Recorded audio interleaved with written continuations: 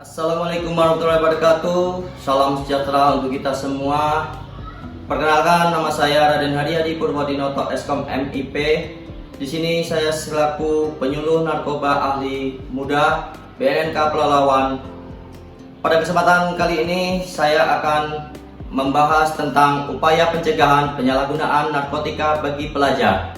Di sini kita akan membahasnya, yaitu mengapa siswa atau pelajar menggunakan narkoba, di mana siswa akan menggunakan narkoba ini ada dua buah faktor mempengaruhinya, yaitu yang pertama faktor internal, di mana masalah pokok siswa berpangkal pada pencarian identitas diri, karena mengalami krisis identitas diri karena mereka mengalami peralihan dari antara masa remaja menuju ke masa dewasa. Kemudian di sini adalah hal yang sangat penting dalam pola pergaulan siswa, di mana siswa cenderung untuk mau melakukan apa saja untuk dapat masuk ke dalam lingkungan atau lingkup pergaulannya, yang menghambat dalam proses sosialisasi akan menyebabkan labilitas emosional siswa sehingga tingkat toleransi stres relatif rendah. Mereka mudah menyerah, kurang memiliki daya juang, dan rendah ketekunannya dalam belajar mengatasi masalah.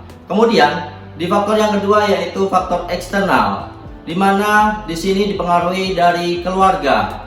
Padahal keluarga ini adalah fondasi yang awal pembentukan karakter bagi anak-anak, di mana faktor eksternal ini keluarga yaitu adalah korban dari broken home, yaitu perceraian. Makanya dia adanya kurangnya komunikasi antar keluarga, perselisihan antar keluarga, pendidikan yang salah pada keluarga, yaitu contohnya sebagai terlalu memanjakan anak, kurang memberikan pendidikan agama, penolakan terhadap eksistensi anak.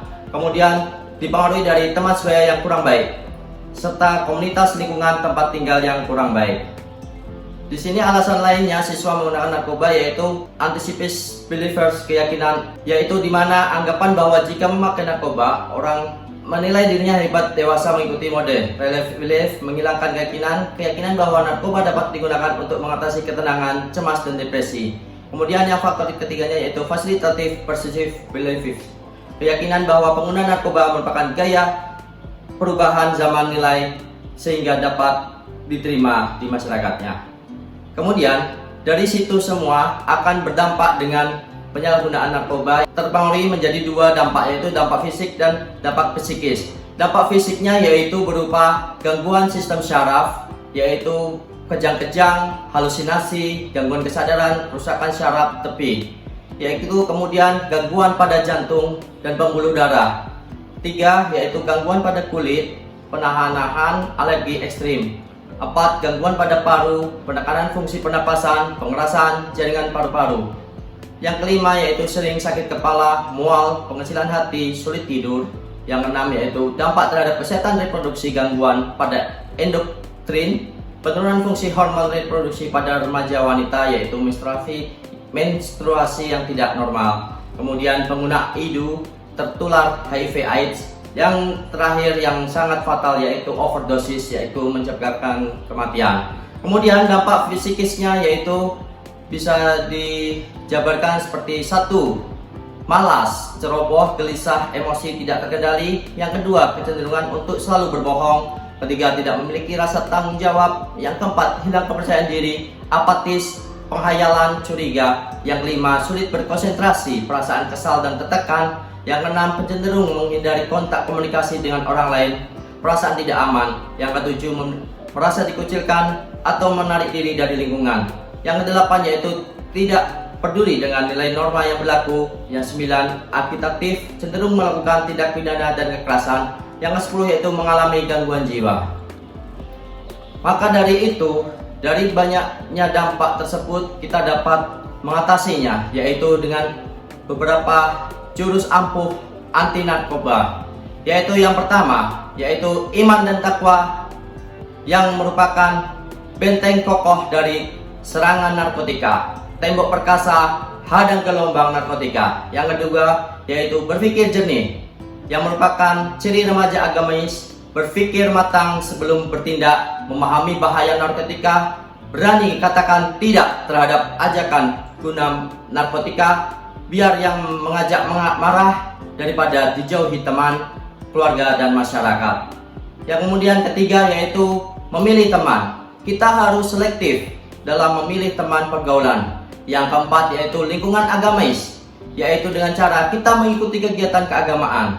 Yang kelima yaitu menyadari masa muda adalah amanah, di mana kita harus memiliki amanah besar yang harus dijaga. Masa muda adalah kesempatan emas sekali seumur hidup, waktu terbaik untuk berprestasi dan berkarya. Kesuksesan sangat ditentukan di masa mudanya. Yang keenam yaitu tolak ajakan kepada keburukan. Harus berani tegas dalam menolak narkotika.